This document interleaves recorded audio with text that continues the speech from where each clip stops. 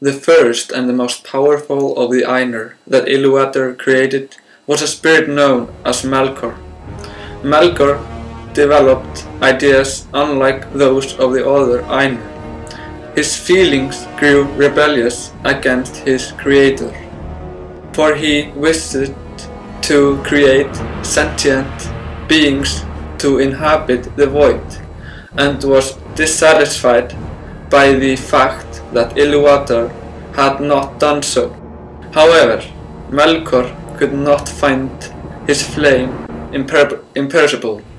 The source of Ilúvatar creative activity, for it was not in the void, but with Ilúvatar.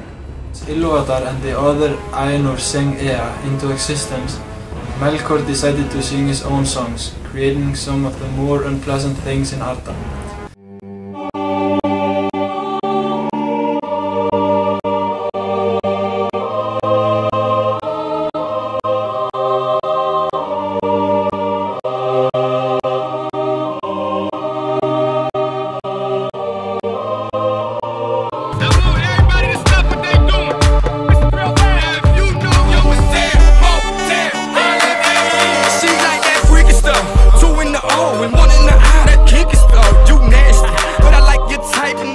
He also had a following among the Maiar. The most loyal was Sauron, his head servant.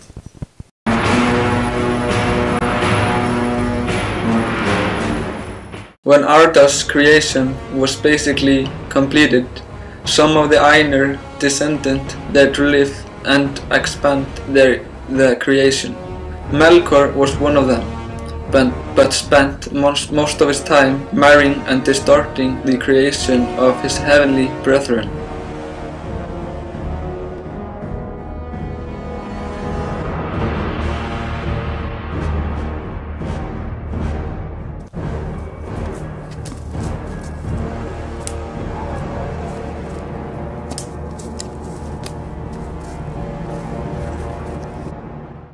Melkor, trusting in the strength of Utamno and the might of his servants, came forth suddenly to war, and toppled the lamps Illuin and Armel.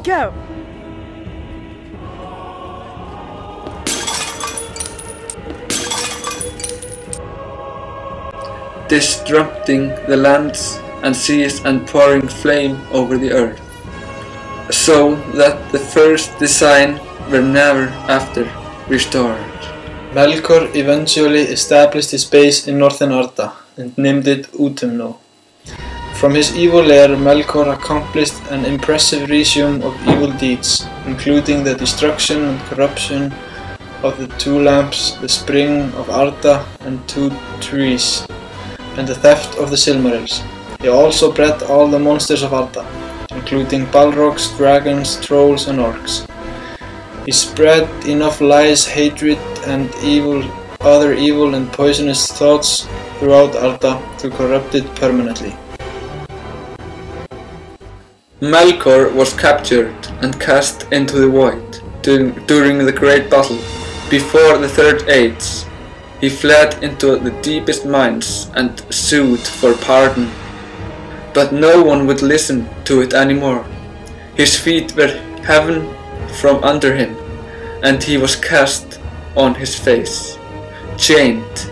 His iron crown was beaten into a collar, and he was led back to Valinor, where the Valar slew him and cast his spirit, still wearing the chain Angainor, out into the void. Sauron continued the spreading of evil in Arda after his master defeat.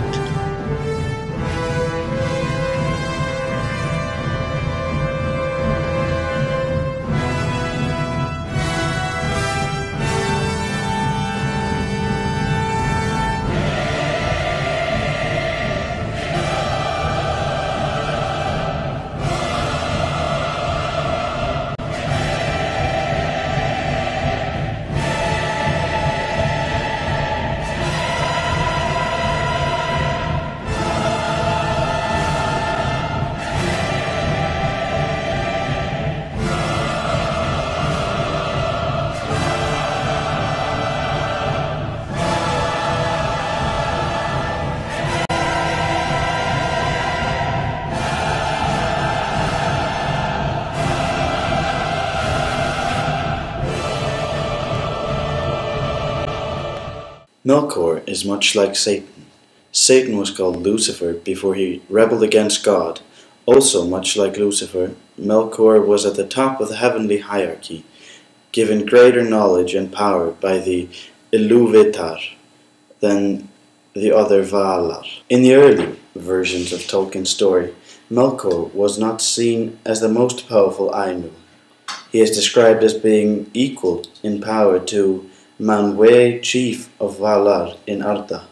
But his power increased in later revisions of the story until he became the most powerful Ainu, and gradually becoming more powerful than all the Valar combined. He went from being equal to the Valars to being so powerful that no creature could in any way defeat him. Melkor turned to darkness and became Morgoth, the definitive antagonist of Arda, from whom all evil in the world of Middle-earth ultimately stems. Melkor was not called Morgoth until he destroyed the two trees, murdered Finwë, and stole the Silmarils in the First Age. The darker name was then bestowed by Feanor, and the elves called him thereafter by that name alone. The name Morgoth is Sindrin and means black foe of the world.